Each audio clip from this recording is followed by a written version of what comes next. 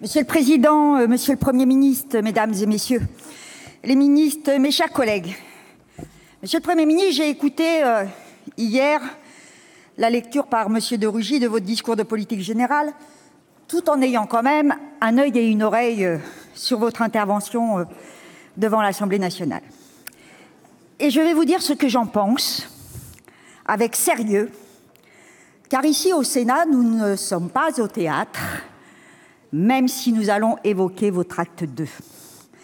Ce qui m'a d'emblée frappé, c'est le décalage avec le pays réel.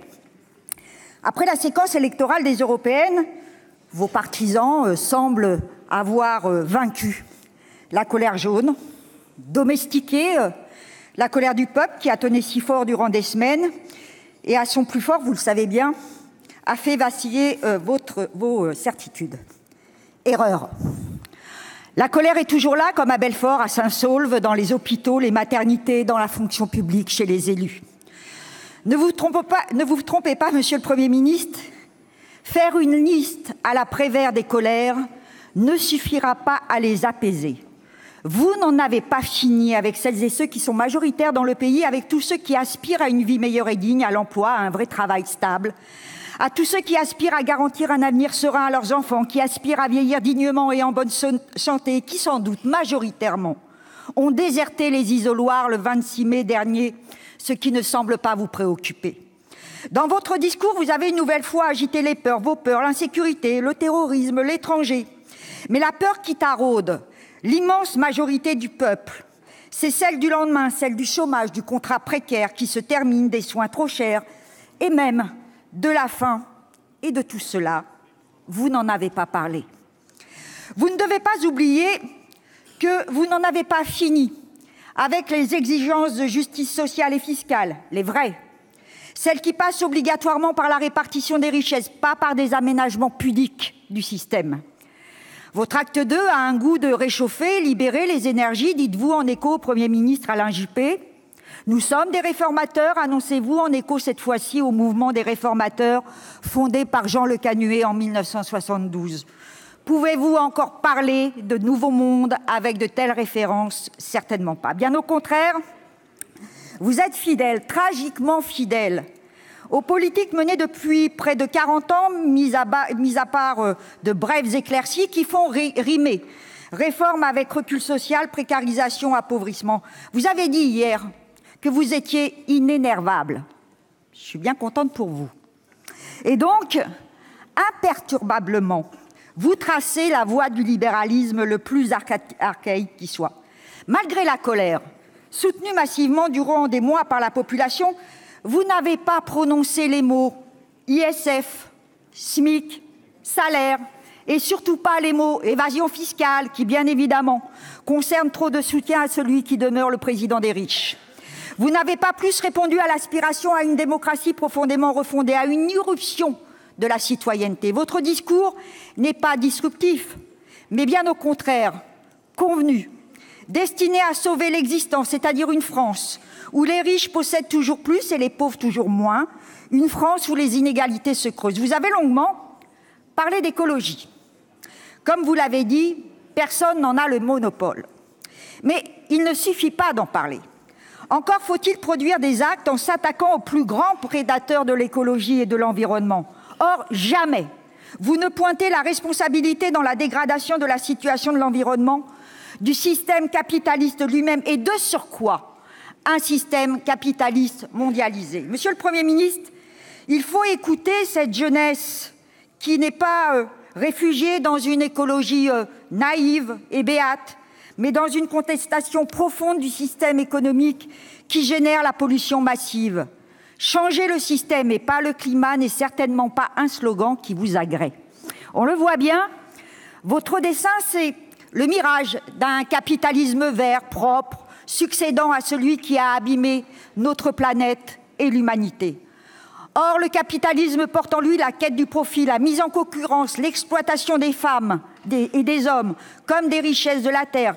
Et c'est en cela qu'il ravage la planète et doit être remis en cause pour envisager l'avenir. De toute manière, vos actes concrets nous donnent raison et contredisent vos bonnes intentions. Par exemple, Allez-vous continuer à fermer les petites lignes de train ? Confirmez-vous la fermeture de la ligne de fret ferroviaire Perpignan-Rungis de transport de fruits et de légumes, cadeau insensé aux transporteurs routiers ? Le service public, la solidarité sont au cœur du projet de transformation écologique que nous portons. Monsieur le Premier ministre, je l'ai dit, votre vieux discours réformateur vise toujours et encore à réduire les droits sociaux, arrachés parfois au prix du sang plutôt que d'assurer le bonheur commun pour un juste partage. Réduire le nombre de fonctionnaires, en finir avec leur statut, cette vieille lubie des libéraux, s'inscrit dans ce cadre. Votre acte 2, c'est la remise en cause du système de retraite par l'avènement du système par points et la diminution des droits des chômeurs, futures vaches à lait de la sacro-sainte réduction des déficits et dettes en tout genre. Vous l'avez dit encore aujourd'hui, les salariés sont déjà contraints de travailler plus longtemps que l'âge légal pour tenter de s'assurer une retraite digne. L'argument fallacieux de l'allongement de la durée de vie ne tient pas. Lorsque l'on a travaillé plus de 40 ans, on a droit au repos et on a droit de laisser la place aux jeunes. En effet, quelle absurdité que d'enchaîner au travail jusqu'à la vieillesse des femmes et des hommes, alors que 4 millions sont au chômage et près de 10 millions en situation de précarité. Notre projet est diamétralement opposé et d'une audace juste et solidaire. Il faut travailler moins longtemps pour partager le travail. Et nous portons en ce sens la marche vers la semaine des 32 heures et le retour à la retraite à 60 ans. Votre politique économique et industrielle, monsieur le Premier ministre, est à l'avenant. Vous avez évoqué General Electric à Belfort. Mais qui est responsable de cette situation ? Qui a supervisé les négociations de soumission à l'entreprise américaine, si ce n'est le secrétaire général de l'Élysée d'alors, M. Macron lui-même ? Vous vantez l'attractivité relancée de notre pays, mais elle s'effectue dans la dérégulation la plus totale, accompagnée d'une valse de plans sociaux, d'exonération massive et d'une casse systématique du droit du travail, et d'une boussole, votre boussole, la réduction de la dépense publique. Alors 8 minutes pour aborder, effleurer la situation difficile de notre pays confronté à la déstructuration sociale et démocratique, vous avouerez que c'est bien peu. Nous ne voterons pas votre déclaration, nous ne soutiendrons pas ce projet qui s'attaque en profondeur à la solidarité nationale et qui n'est pas ni de gauche ni de droite, mais tout simplement de droite. Nous combattrons ce qui se dissimule derrière votre flegme.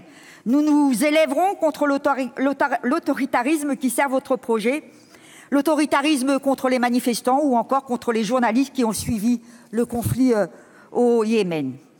Et puis, monsieur le Premier ministre, pour terminer, je dois dire que vous n'avez pas prononcé 3 mots, plutôt 3 lettres, ADP. Sans vouloir vous énerver, votre silence est le reflet de votre profond agacement. Enfin, le peuple peut prendre la parole et pas sur un sujet secondaire, celui de la privatisation d'un grand service public national qui succède à tant de bradage du bien collectif, des autoroutes au secteur de l'énergie. Alors, la consultation a démarré cette nuit.